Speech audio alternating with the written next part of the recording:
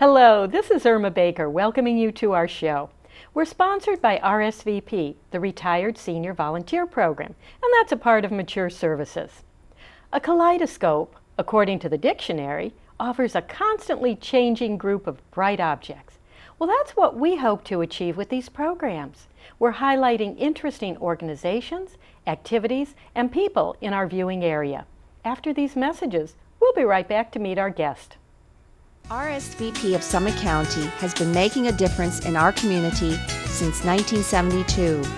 RSVP volunteers are increasing the quality of life by participating in programs and organizations that provide important services to the community.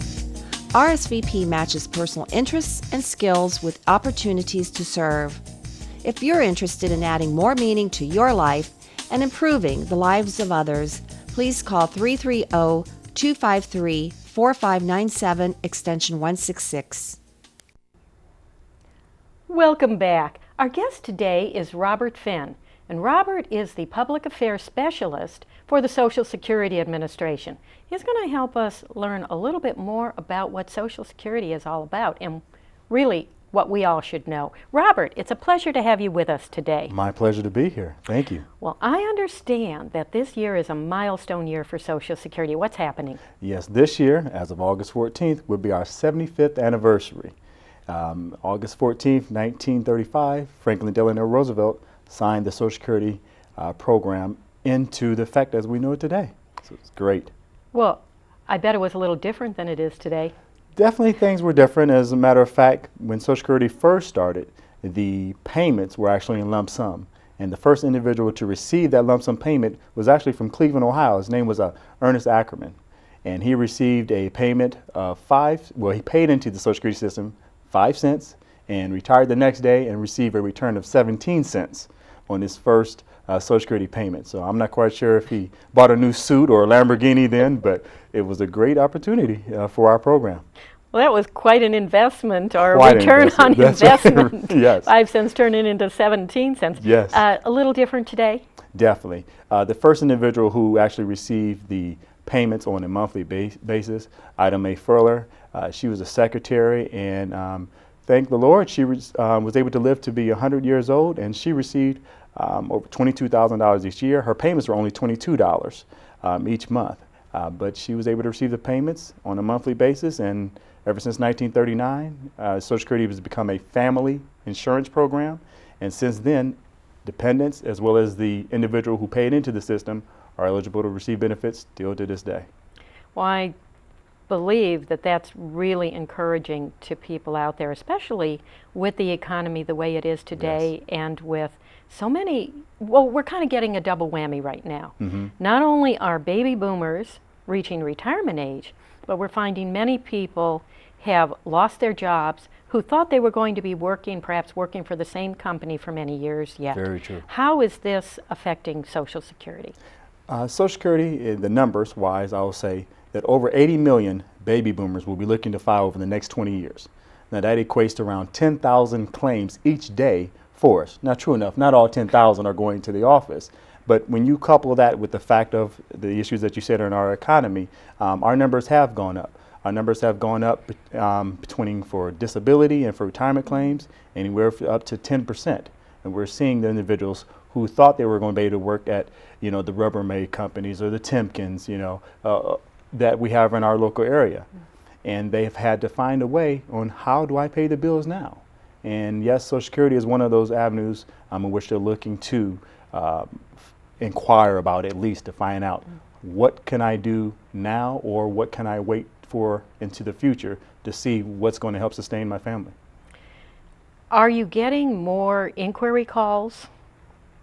From individuals? Individuals who just don't have a clue what to do or what they're entitled to. That's the interesting part of working as a public affairs specialist. Like I said, Social Security has been around since 1935.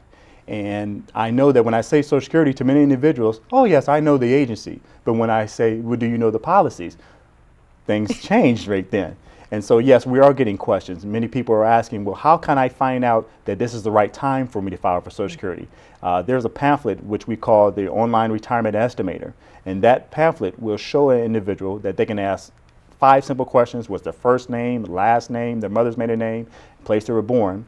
And they can actually go on our website at socialsecurity.gov, and they could actually find out, let's say at age 63, December 2010, and they're making $30,000, type that in the computer, and it'll show them exactly what they can receive.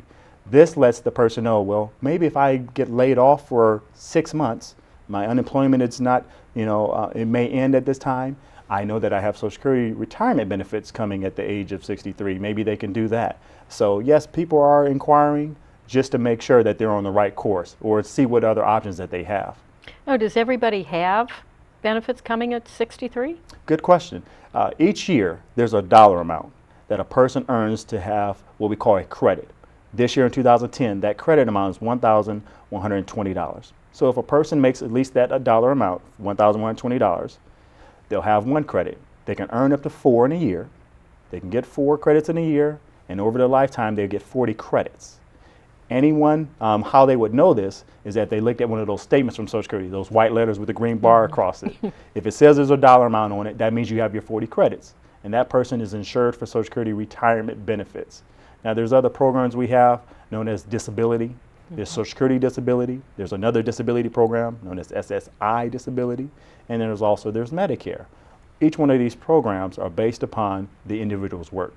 Social Security disability, they have to work recently. SSI, they don't, but they do have to meet other requirements such as being disabled. And then of course the Medicare benefit is based upon those same 40 credits that I mentioned to you. Well, a lot of people have questions about Medicare. What are the most important things we should know about it? The main things that I think people should know is, 1, the different parts of it. There's 4 parts. There's the A, B, and there's also a C and a D. A is if the individual has their 40 credits. It's free when they file at the age of 65.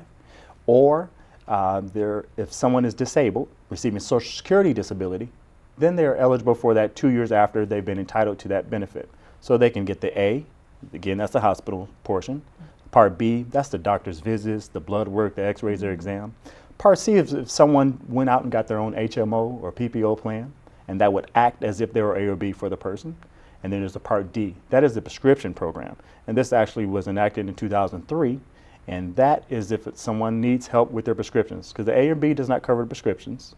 But if they had a job which was covering them with insurance, and now the job says they're not going to cover them, their Part D could be an option for them.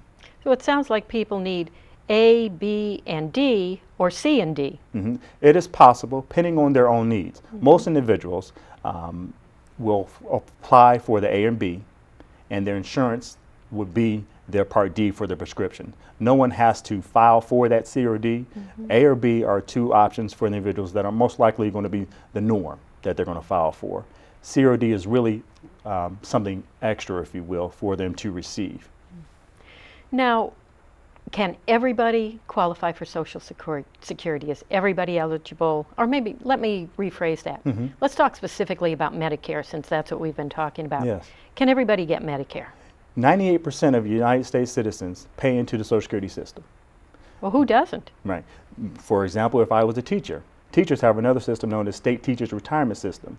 Or I work for the city, Public Employees Retirement System. Those individuals do not pay the FICA tax, but they do, pay into that Part B for the Medicare. Okay, so those individuals can at least have the Part B.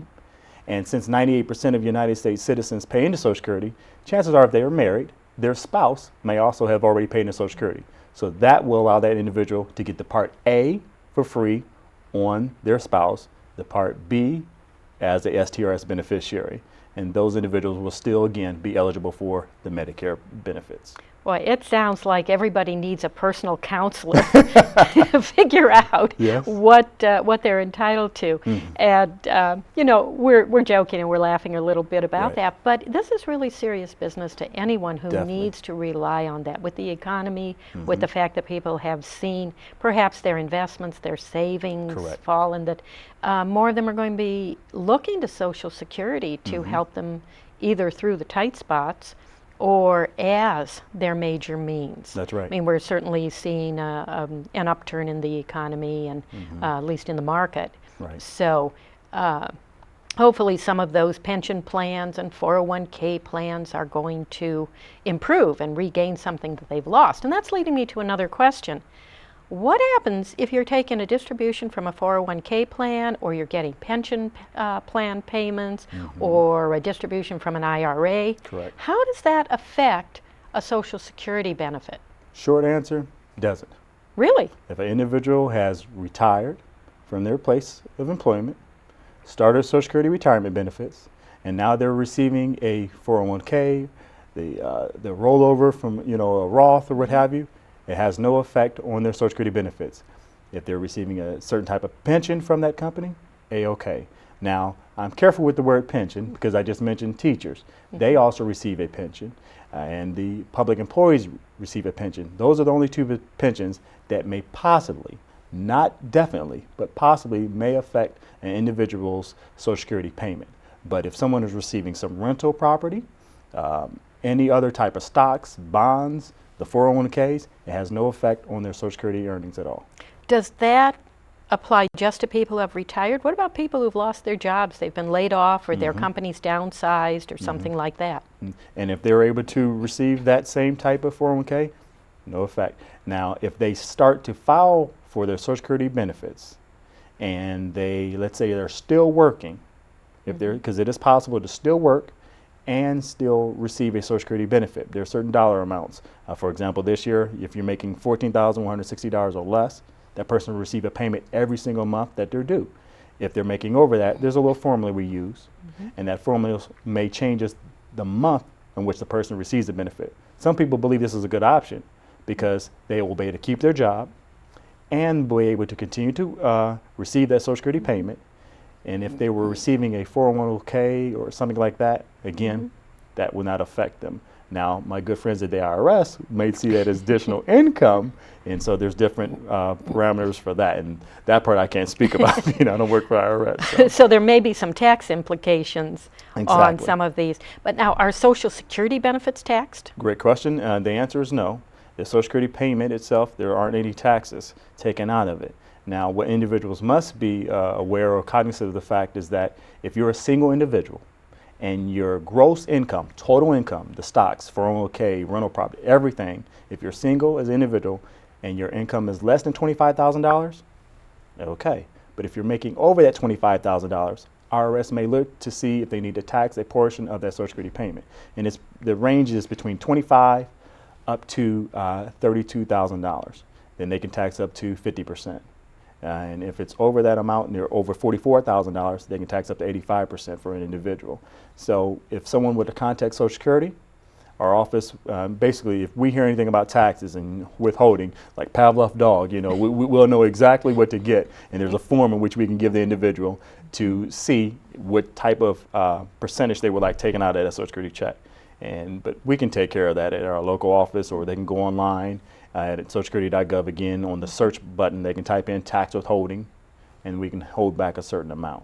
So again, the check itself, no taxes taken out, but we can assist the individual.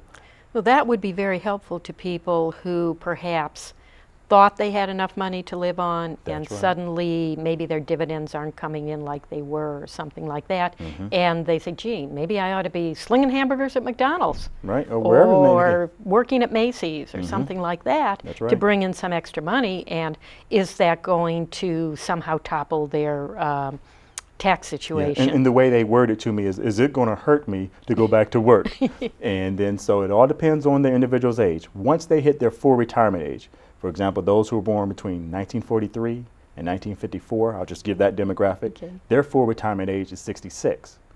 If their birthday was June and they turn 66 in, any month after that has no effect on their earnings.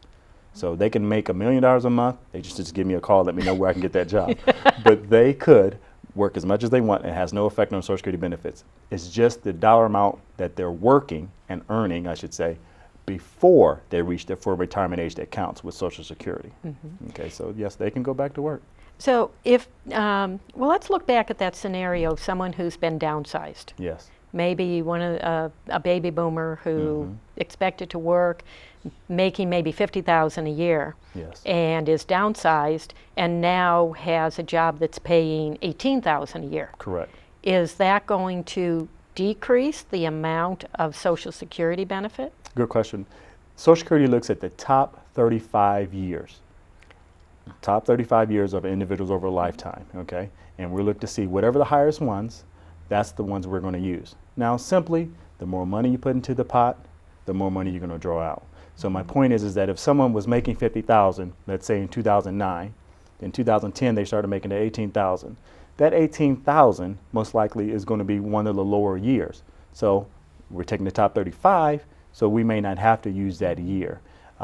Another good thing about Social Security as far as how we calculate the benefit, let's say someone was age 16, worked at the local mom and pop ice cream store, and they made, they look at their Social Security statement, they made $100. That was a great year.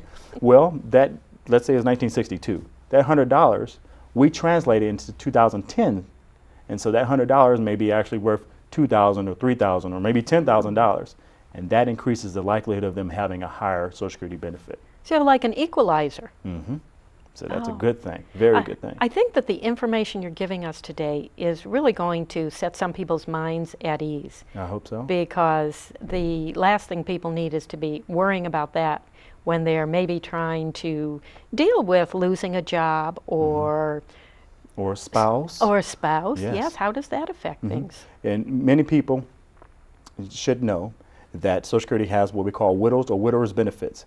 Social Security's policies are gender neutral. So just as simple as when people will say, well, can the wife file on the husband? Yes. The husband can also look to apply off of his deceased spouse's benefit. What Social Security has to do is see wherever the higher benefit is.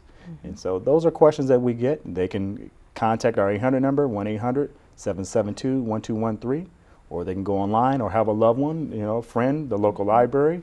They can help them find out, going to socialsecurity.gov. Same information that I'm providing can be found there on our website as well. What about the disability portions of Social Security? Again, there's two programs. There's Social Security Disability and there's SSI Disability. The main difference is, has a person worked enough recently? For those who are over the age of 31, they need to work 5 out of the last 10 years. So 2010 back to 2000, 5 years around the time that they became disabled is what Social Security is going to look at. If they have, then they may be potentially qualified as long as their disability has lasted or can last for 12 months or the person could pass away. That's a very important definition because their job could have a different definition. Social Security's definition is permanent, not for temporary, not just for 6 months or 3 days or anything like that. You have to meet that qualification of 12 months or the disease, or whatever the ailment may be, could result in your passing. So those are some very important things to know. I would also add to that is that the younger the individual is, the less amount of time they need. For example, I could be age 18, but I've been working since 16. I only need 1.5 years of work. And so that's how some people will say, how is it this 18-year-old is receiving a benefit? Well, they did pay into the system, and we were able to do our calculations to find out what their average income would be, and that person, too, would also be eligible. I mentioned earlier that Social Security is a family insurance program. So just the same as I'm getting a retirement benefit or a disability payment, my spouse is potentially eligible, and our children are potentially eligible. And one thing I'd like to add for our listeners, I read something in one of the local newspapers that in our time now, more grandparents are taking care of their grandchildren. So if a grandparent, follow me on this, is taking care of a grandchild, and the grandchild's parents are deceased or disabled, the grandchild could be potentially entitled to file on grandma or grandpa's record. Now there's some things that we have to look at in guidelines to see how much support they're paying to see if they're eligible. But that is a possible payment. Or if a grandparent here in the state of Ohio adopts that grandchild is potentially due a payment as well. So there's a lot of different intricate parts of Social Security that I hope your listeners or viewers are able to, do some research on. And again, the tried and true, they can go to our local Social Security office, they can call the 800 number that I mentioned, or they can go to our website, socialsecurity.gov, in order to get that information as well. You work out of the Akron Social Security office. That's correct. And I believe there's an office in Cleveland as Yes. well. Where else are there local Social Security offices? Well, in the state of Northeast Ohio, there's 9 offices located through Cuyahoga County in Ashland, and then here in the Summit and Stark area, there is 5 going down to as far as Tuscarawas and New Philadelphia, and then we have in Worcester, and we have in Medina, Akron. Akron actually has 2 offices, one in the Federal Building on Main, South Main, and then there's another office on, the address is on Romick Road, 2166 Romick Road. Myself as a public affairs specialist, true enough, I'm located downtown, but I travel and I cover Stark, Summit, Wayne, Medina, Tuscarawas County. And so if someone needed a speech to their employer, local churches, or whatever their organization may be, I can provide the same information at that time as well. Well, that's very important because many of our viewers belong to senior organizations or Kiwanis, community that's groups, Kiwanis, Yes. even library programs, things like that. So your office or any of the, well, you would be I'll the be the primary contact. contact here. Correct. If they want you to come out and talk to their members, you would be able to do that. Yes, they can, on our website, on the, well, it will be on the right-hand side if you're looking at the screen. On the right-hand side, there is a drop-down box, and they can ask for a speaker. They click on ask for a speaker, they'll be able to type in the name of their organization or the individual who they be contacted, and what would happen is the computer gods, will be able to find me, locate me, and I will recontact the individual, and we can set up a time. It doesn't matter how far ahead. I have some things on my agenda for 2011, so it can be a group of 10 people. Or hundreds, it doesn't matter, but I will be there to provide information. And is there a charge for that? No charge. Great question. No charge at all. And the only thing I ask is that they just give me some time. Robert, I need you here at 3 o'clock. Well, it's 2:30. I can't do it that way. Can't make it today. Can't make it today, but we can schedule something in the future. Yes. Well, we've spent quite a bit of time talking about people who really don't know anything about Social Security, but we Yes. have a lot of viewers out there who are on Social Security now. Are there changes or are there things about Social Security that they need to know? I would say that the primary things are still the same, as far as they still should know that their Medicare now is primary, their previous job is secondary. What does that mean? Who pays first? Medicare works as a 80%, 20%. So Medicare will pay 80%, and their other insurance will pay 20%. And any of your viewers, they know that once they hit that age of 65, their mailbox is filled with all kinds of individuals or companies looking to get their attention, to see if they would like to have their insurance program. It's totally up to them. Social Security does not endorse any insurance programs, certain insurance companies, I should say.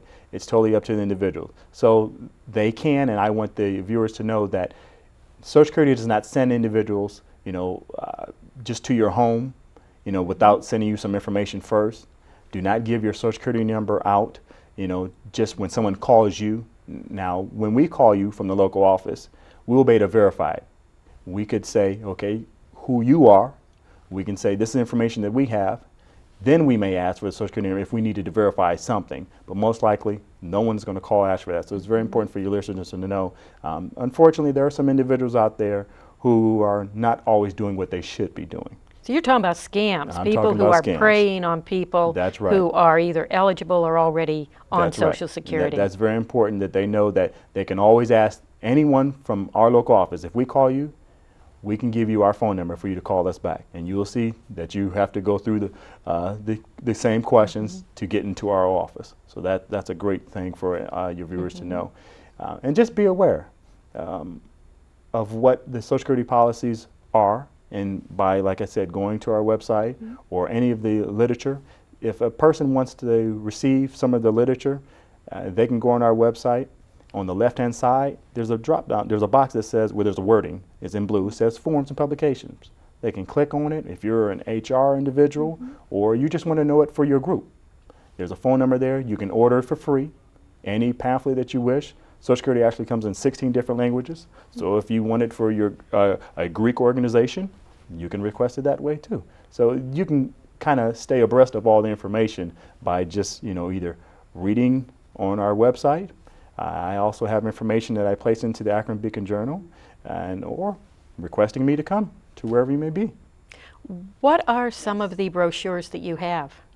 One of there's a disc in which, for those who have not filed for retirement benefits, what it is a demo, and the demo has a voice over saying that this is what you'll see on how to file for the Social Security benefits, because to file for retirement benefits takes an average of 15 minutes now.